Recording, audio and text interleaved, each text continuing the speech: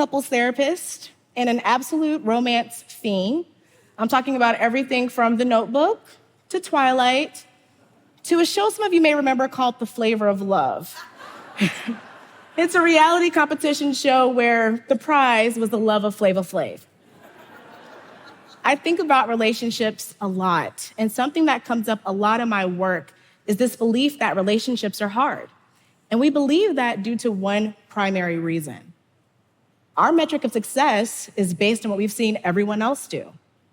Imagine how you would honestly feel if you heard the following about another couple. Okay, I said honestly, okay? I heard they don't even sleep in the same bed anymore. They claim they never want to get married. I don't think they ever plan to live together. Would you think to yourself, it sounds like they have some serious issues? If we're honest, a lot of us would. And it's not because we're not open-minded, but we've been taught that these are warning signs for a relationship in trouble. And while they can be for a lot of people, that is not always the case. Relationship experts have found that one of the primary obstacles that couples face are their own expectations. When we compare ourselves to societal norms, we can develop a sense of resentment toward our partner, as well as a sense of shame for how we ourselves are coming up short. Now, before we really get into this, I have to say that some of us have to reckon with the fact that we may be with the wrong person. And that will be clear if your deepest desire is that your partner change fundamental aspects of who they are. You really want them to be a different person. But if you're confident that you're with the right person and you just still feel frustrated and dissatisfied, we may find that rejecting everything we've known about good relationships is the key to actually having one. I work with couples every day and I help them through relational crises. I remember I was working with an engaged couple for about a year, and when they first came to me, they said, we're 95% good, we just want to address the 5%. And I hear something to this effect often when I first meet a couple. It turns out that 5% was more like 75% and increasing. They were struggling to make a blended family work. One partner had kids, the other one had never lived with kids before, and they moved in together after only knowing each other for 3 months.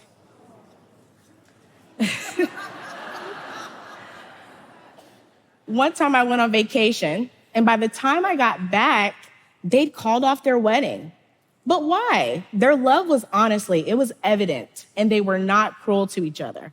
Their issue was figuring out how to continue building their romantic relationship while also figuring out how to raise teenagers who, to be honest, already had 2 very involved parents. They weren't really in need of a third. After a particularly big blow-up over chores and responsibilities, I finally asked a dangerous question. I said, do you think that living together has hurt or helped your relationship more? We took a few weeks to explore that question, and they decided to test it out. They got a short-term lease on an apartment nearby for the partner who didn't have kids. And we were really strategic. We made a contract. Let's talk about dates. Let's talk about expectations while you guys are living separately. And by the time they came back to me, I'd never seen them communicate so well. They said that they were looking forward to every weekend that they got to spend together. It felt like a vacation because they would spend the entire week planning their time together and savoring every moment they had together. They also found that their individual relationships with the kids drastically improved without the pressure of trying to transition them into an entirely new household dynamic, especially when they only had a couple years left in the house. So at this point, some of you may be asking yourselves, what kind of couples therapist recommends that couples live apart? That's a fair question. And to be honest, for a majority of my clients, this solution would not work. And that is the point. When we're thinking about our relationships, we have to avoid focusing on what is normal.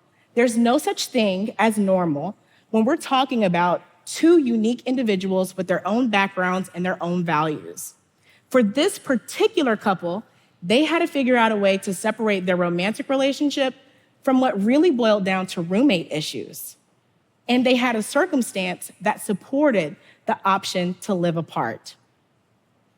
One conflict that comes up a lot in my work is the difference in values between arriving on time and arriving looking and feeling your best. Neither one is wrong, but I had a great model for this with my parents. When I was growing up, we drove absolutely everywhere separately. Everywhere.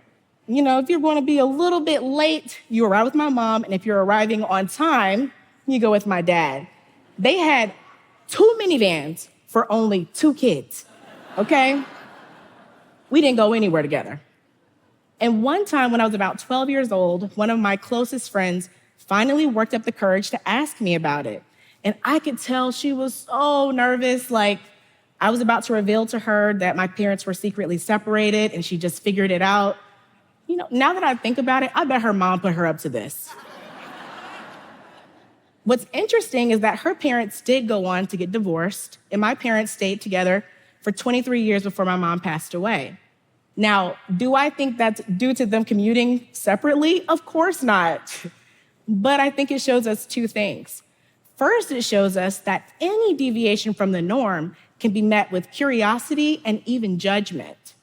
It also shows us that sometimes when we decide to do things a little differently, we can avoid the difference between having a really challenging day as a couple or a smooth day by simply accepting our differences not as a couple, but as individuals. Instead of trying to change our partners, what if we instead embraced their differences, our difference in values, and released the pressure of doing what everyone else is doing? It's okay to be a stay-at-home dad. It's okay if you prefer to travel without each other. It's okay if you need to have your own bedrooms so you can maintain personal space and be sane for each other. It's okay if you want to break tradition and create a new last name. It's okay if you want to share your love on social media, but it's also okay if you want to protect it from public opinion. It's okay if you're in a season of life where you both just cannot prioritize sex. It's okay if people are confused about your relationship. It was never theirs to understand in the first place.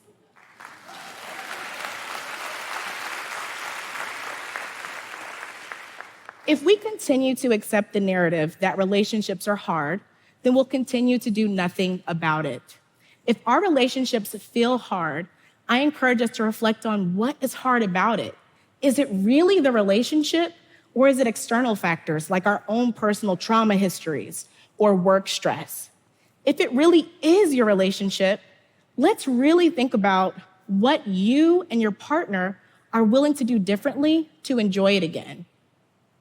I want us to reject everything we've ever known about relationships and challenge ourselves to create a relationship that not only defies expectations, but honors the peculiarities that make us, us. Thank you.